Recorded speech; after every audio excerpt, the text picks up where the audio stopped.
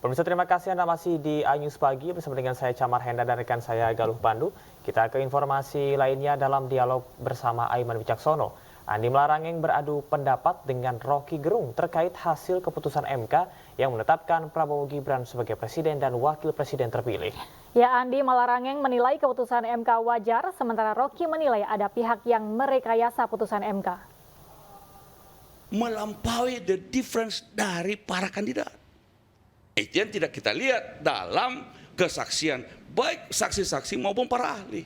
Karena itu wajar saja kemudian ditolak semua argumen-argumen itu, termasuk soal bansos dan sebagainya. Karena, bagi kita sekarang kita bisa berdebat, bebas kita berdebat, termasuk Bung Rocky tadi bicara tentang logikanya. Walaupun saya tidak sependapat juga dengan Bung Rocky, karena bagi saya itu hipotesis Bung Rocky. Berdasarkan logika yang dikembangkan Bung Rocky. Tapi kan begitu kan? Hipotesis ini harus diuji pada secara empirik terhadap, kalau saya, mari kita mengujinya secara empirik hipotesis Bung Rocky tersebut tentang apa yang terjadi di Mahkamah Konstitusi. Ada metodologinya juga untuk mengetahui perilaku kelompok kecil. Dalam sosiologi itu ada. Gini Andi, saya ulangi ya pelan-pelan ya. Kan yang diajukan di kita adalah variabel yang sifatnya politis bahkan itu. Kapan dia bisa dibuka sebagai data tuh? CIA itu baru buka datanya itu 25 tahun.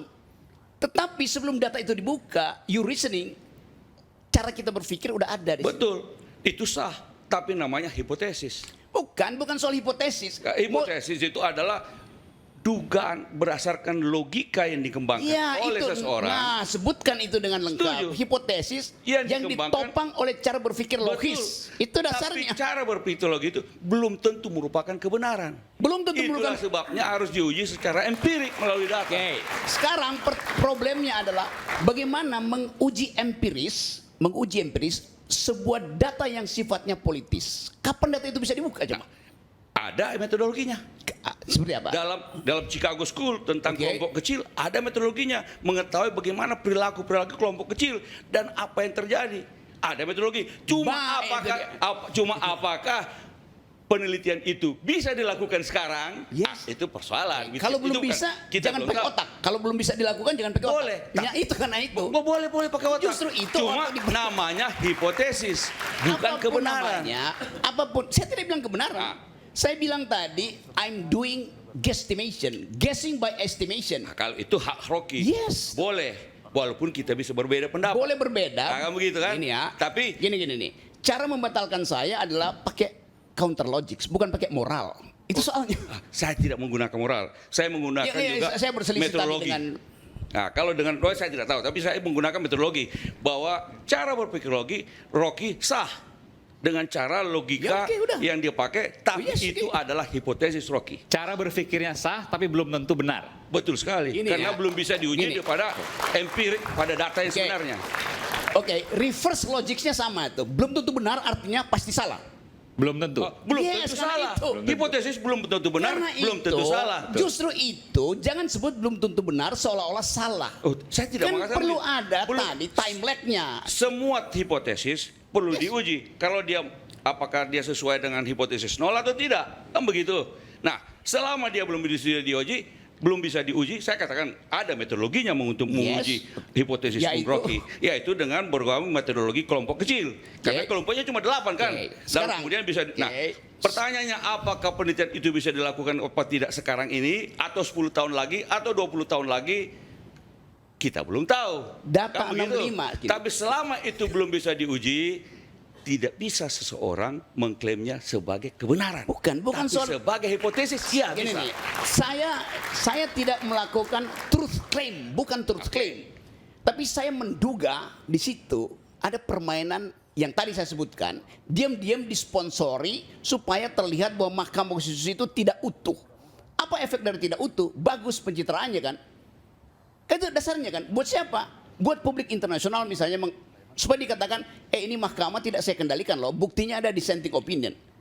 Nah itu yang kita periksa pada satu waktu nanti itu. Sama seperti Nah, itu dugaan Rocky. Dugaan saya ini sesuatu dinamika biasa dalam kelompok kecil 8 hakim, yang 5 kemudian melakukan concurring, yang 3 dissenting. Dan itu juga biasa mewarnai. Ada kan sebagian memang orang tidak mau memilih Pak Prabowo. Itu nggak ada Kan soal begitu. gini. Karena itu juga bisa tercermin dalam perilaku hakim. Iya, itu Ya kan nggak ada. begitu. Karena itu dugaan saya ini sesuatu yang biasa. Hipotesis saya begitu. Ya. Kan begitu. Andi benar. Bahkan bukan sekedar dugaan, faktanya begitu. 5 yang lakukan penolakan, 3 dissenting itu. Terima aja sebagai data. Oke? Berarti tidak perlu dibicarakan. Saya memakai dugaan bahwa 5-3 itu adalah desain. Kan dasar berpikirnya begitu kan. Kenapa 5-3? Kenapa enggak 4? Karena kalau 4 itu yang 1 Soehartoyo itu berarti pro. Hilang semuanya. Kenapa mesti Soehartoyo yang pindah misalnya itu? Karena yang 3 ini betul-betul kukuh. Jadi tanpa sadar itu semacam dihipotesiskan, saya hipotesiskan ada satu kekuatan yang mendominasi, menghegemoni pikiran-pikiran publik sehingga terlihat bahwa oh ya negara ini demokratis karena ada dissenting opinion. Padahal itu dissenting yang sebetulnya dissensus yang dimanufaktur. Jadi kita mesti katakan itu manufactured dissent. Itu aja.